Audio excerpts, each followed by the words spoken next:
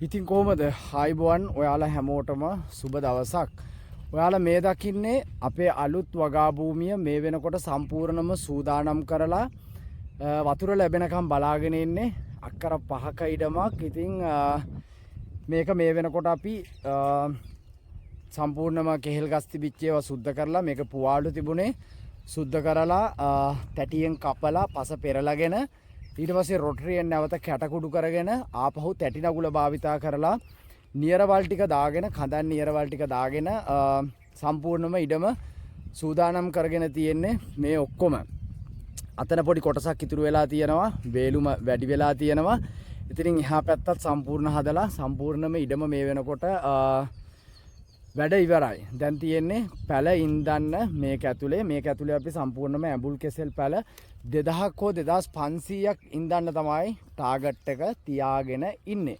ඉතින් මේකේ එක වීඩියෝ එකක් මම දැම්මා ඉඩම සුද්ධ කරද්දී. දැන් මේ දෙවන වීඩියෝ එක දාන්නේ. ඉතින් මම මේකෙන් කතා කරන්න බලාපොරොත්තු වෙන්නේ වගා කරනකොට ඔයාලා පස පෙරලා ගන්න එක සාමාන්‍යයෙන් යන්ත්‍ර සූත්‍ර භාවිතා කරනකොට කරලා මේ වැඩේ කරගනිද්දී යන වියදම ගණන් ඒ සම්බන්ධව තමයි කතා කරන්න බලාපොරොත්තු වෙන්නේ. හරි. ඔයාලා දන්නවා ජෝන් ඩියර් ට්‍රැක්ටරෙන් ඉඩමක් සුද්ධ කරද්දී සාමාන්‍යයෙන් මෙහෙ ගන්නවා රුපියල් 4000ක් පැයට. හරිද? ඒ කියන්නේ කැලෑව සුද්ධ කරන්න. කැලෑව සුද්ධ කරන්න රුපියල් 4000ක් ගන්නවා පැයකට. හරිද? ඉතින් මේක සම්පූර්ණයෙන්ම සුද්ධ කරගන්න රුපියල් 37000ක් ගියා අපිට සුද්ධ කරගන්න. ඒක ඔයාලගේ ඉඩමේ තියෙන කැලෑව අණුව කාලය වෙනස් වෙනවා. හරිද? කෙහෙල් වගේ වගා නම් ටිකක් වෙලා යනවා. දැන් මෙන්න මේ වගේ කැලෑවක් තල්ලු කරන්න ගියා නම් වැඩි අමාරු නෑ. මොකද ට්‍රැක්ටරේ හිර වෙන්නේ ඉක්මනට. මොකද මහ ලොකු මේවා නෑ, කටුපඳුරු වගේනේ තියෙන්නේ. ඕවා ටක් ගාලා කැපිලා තල්ලු වෙලා යනවා. හැබැයි කෙහෙල් වගාවක වගේ එහෙම නෙමෙයි. ටිකක් අමාරුයි වැඩේ. එතකොට කාලේ යනවා. ඉතින් සම්පූර්ණයෙන්ම අපිට මේ ඉඩම සුද්ධ කරගන්න රුපියල් 37000ක් ගියා. මේ පේන ටික විතරක් නෙමෙයි. හරිද? එහා පැත්තටත් වෙන්න තියෙනවා. ඉතින් ඒවයි යන්න අවශ්‍යතාවයක් නැහැ. මේක තමයි පුළුවන් වුණොත් පෙන්නනම් පල්ලෙහාට. ඉතින් එපා වෙනවා යන්න ගියාම. ඉතින් මේ විදිහට කරගන්න පැයට රුපියල් 4000යි. සමහරක් ප්‍රදේශවල වෙනස් වෙනවා ඇති ඕක. ඊට පස්සේ දෙවෙනි අදියර තැටියෙන් කපන්න, රොටරි ගහන්න, ඒ වගේම නියරවල් දාන්න. මෙන්න මේ වැඩ තුනට අක්කරයකට රුපියල් 30000ක් ගන්නවා මෙහි. අක්කරයකට රුපියල් 30000ක් ගන්නවා. හරිද? එතකොට අපි මෙතන අක්කර 5ක් හැදුවා. අක්කර 5ට රුපියල් 150000ක් යනවා මේ වැඩ ටික ඉවර කරගන්න වැඩ තුනට. කැමති කට්ටියන්ට පස පෙරලන්නේ නැතුව, රොටරි ගහන්නේ නැතුව, ඒ මොකක් ගන්න නැතුව ඉඳන්න පුළුවන්. හැබැයි අපි මේක හදලා තියෙන්නේ වතුර හරවන්න, වතුර බස්සන්න. පේනවනේ පල්ලම තියෙන්නේ අර පැත්තට. කඳන් නියරවල් දෙක මේ තියෙන දෙපැත්තේ. මේකේ රතු පාට පොළව නිසා ටිකක් පේනෝ අඩු වේවි. හරිද? දැන් මේක පේනවනේ. මෙන්න මේ පල්ලම පැත්තට තමයි මං ඉන්නේ, කන්ද පැත්තේ. ලා වැස්මක් තියෙන ওই පැත්තට. ওই පැත්තට වතුර හරවන්න තමයි හදලා තියෙන්නේ. ඒක පහසුයි ගොඩක්. හරිද? මේවා වතුර හරවන ඉඩන්නේ. ඉතින් අවශ්‍යතාවයක් ආවොත් පල්ලෙහා වැව තියෙනවා පොම්ප කරන්න. අන්න අර හරි. අර පේන්නේ ලාවට. ඔය අපේ වැව. ඕකෙන් පොම්ප කරන්න තමයි හිතාගෙන ඉන්නේ අවශ්‍යතාවයක් ආවොත්. ඉතින් කැමති කෙනෙකුට පුළුවන් මේවා කරන්න නැතුව නිකම්ම වැඩේ කරන්න. හැබැයි අපිට එහෙම නෙමෙයි. අපි මේකේ කෙසෙල් තිබුණා. ඉතින් ඒවා ගලවන්න ඕන. ගලවලා සුද්ධ කරලා අනම්මනම් ගන්නකොට කාලයකට කලින් ඊටම හදලා තිබුණේ. එතකොට නියරවල් එහෙම සම්පූර්ණයෙන්ම කැඩිලා බිඳිලා ගිහින් තිබුණේ. වැඩේ කියන්නේ මෙහෙම පිළිවෙලකට හදාගත්තේ නැති වුණාම අපිට වැඩ අමාරුයි. ඊට පස්සේ එපා වෙනව කරන්න ගියාම. හරිද? ඒ කියන්නේ ලොකුවට වගාව කරනකොට පොඩි ඒ කියන්නේ මග ඇරෙන දේවල් වලින් සිද්ධ වෙන්නේ ලොකු පාඩු. හරිද? ඉතින් ඒක නිසා සමහරක් කට්ටිය නම් මේව පස පෙරලන්න නැතුව නිකම්ම කරනවා. හැබැයි පස්සේ වැහි කාලෙට නම් අවුලන්නේ නැහැ. එහෙම නැතුව වතුර පොම්ප කරන්න ගියාම හරි, හරවන්න ගියාම හරි මාර කට්ටක් ගන්න ඕන මේ වතුර හරවන්න පොම්ප කරන්න. හරිද? ඉතින් ඒක නිසා අපිට එච්චර කාලයක් නැහැනේ. නිකන් විනාශ කරන්න, නාස්ති කරන්න කාලයක් නැහැ. ඒක නිසා අපි ට්‍රැක්ටර් දාලා සල්ලි යනවා තමයි ඉඩම හදාගන්න. හරිද? මේවා අවුරුදු 5කට 6කට තමයි මේ හදන්නේ. නැතුව මේ අවුරුද්දකට එකමාරකට නෙමෙයි. ඉතින් අක්කර 5ක්නේ. එතකොට ඉතින් යන ගාණත් වැඩි. එහෙම තමයි. යන්ත්‍ර සූත්‍ර භාවිතා කරනකොට, තාක්ෂණයේ භාවිතා කරනකොට සෑහෙන සල්ලියක් යනවා. ඉතින් මේ විදියට හදාගන්න එක හොඳයි. මොකද එතකොට ඔයාලගේ වැඩවලට පහසුයි. පොඩ්ඩක් වියදම සැරයි. අනිත් එක තමයි පස පෙරලන එකේ ප්‍රතිඵලය ඔයාලා දන්නවනේ. ඒකෙන් හොඳ ගස් වලට උනත් හොඳ පෝෂණයක් හම්බ වෙනවා පස පෙරලන එකෙන්. අපි උදළු ගන්න එහෙම අන්න ඒකයි. ඔය රොට්‍රි කරන්නේ වගා මැද රොට්‍රි කරගෙන යන්නේ. ඉතින් පස පෙරලා ගන්න නිතරම ගස් වලට හොඳයි. අනිත් එක තමයි මේකේ අතුරු භෝගයක් දාන්න හිතාගෙන ඉන්නවා මොන හරි කඩල කව්පි වගේ දේවල්. මොකද ඉතින් කීයක් හරි හොයා ගන්නත් එපා අතරින් නිකම්ම. ඉතින් ඒක නිසා පස පෙරලා ගන්න අවශ්‍යතාවයක් ආවා. ඒ වගේම පොළව ලස්සනට හදා ගන්න උවමනාවක් තිබුණා හරි පිළිවෙලට. ඉතින් මේ අලි ගිහින් තියෙන පේනව නේද?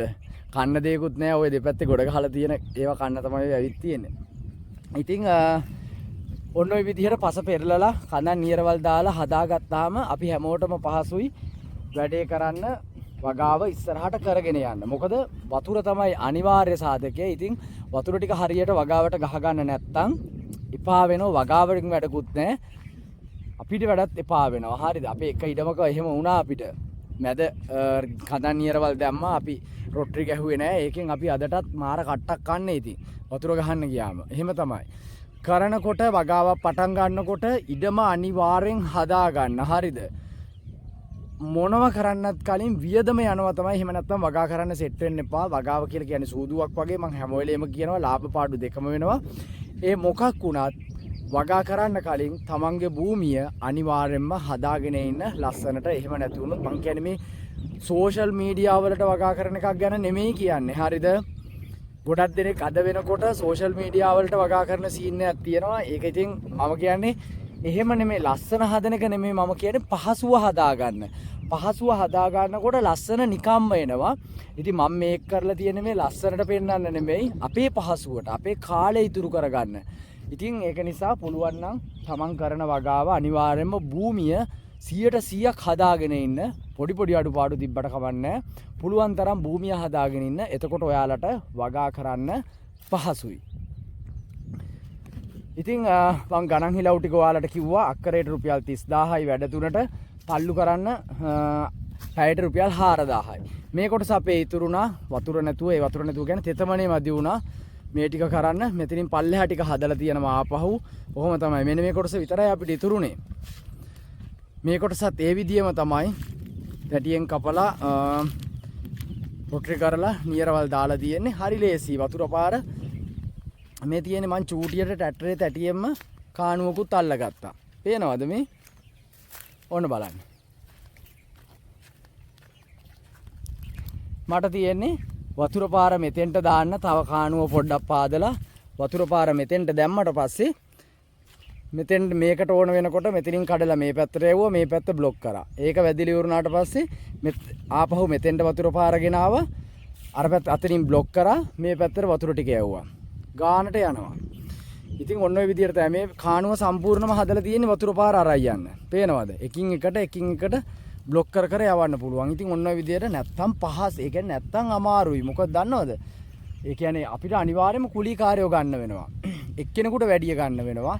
අනිත් ඒ වතුර පොම්ප කරන්න යන කාල සීමාව වැඩි වෙනවා. ඉතින් අර වතුර හරවන ඉඩම් කිව්වට මේවට හැමදාම වතුර දෙන්නේ නැහැ. මොකද තව මිනිස්සු ඉන්න වතුර ගන්න බලාගෙන. ඉතින් සාමාන්‍යයෙන් අක්කර දෙකකට එක දවසයි වතුර හම්බෙන්නේ. ඒ වගේ තමයි යන්නේ. හරිද? පුරව ගත්තා හෝ නැත්නම් ඒවා දාලා වෙන්නේ නැහැ. අක්කර දෙකකට එක දවසයි. ඉතින් ඔන්න ඔය විදියට තමයි වතුර හම්බෙන්නේ. ඉතින් ඒක නිසා වගා කරන කට්ටිය කරන්න ඉන්න කට්ටිය පුළුවන් තරම් පහසුව හදාගන්න, ලේසිය හදාගන්න. හරිද? එතකොට ඔයාලට වගාව එපා වෙන්නේ නැහැ. ඉස්සරහට කරගෙන යන්න පුළුවන්.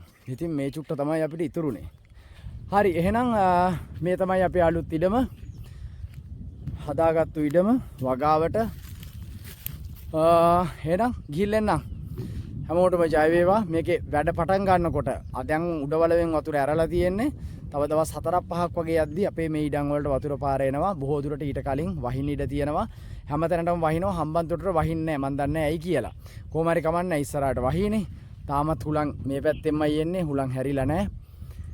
බලමු මොකද වෙන්නේ කියලා. පැල ඉඳනකොට අනිවාර්යයෙන්ම ඔයාලට වීඩියෝ එකක් අරගෙන එන්නම්. එහෙනම් හැමෝටම ජය වේවා. සතුටින් ඉන්න. මොනවා හරි කරන්න. හරිද? කරන වැඩේ මොනවා හරි කරන්න පිළිවෙලට ලස්සනට. එහෙනම් ජය වේවා.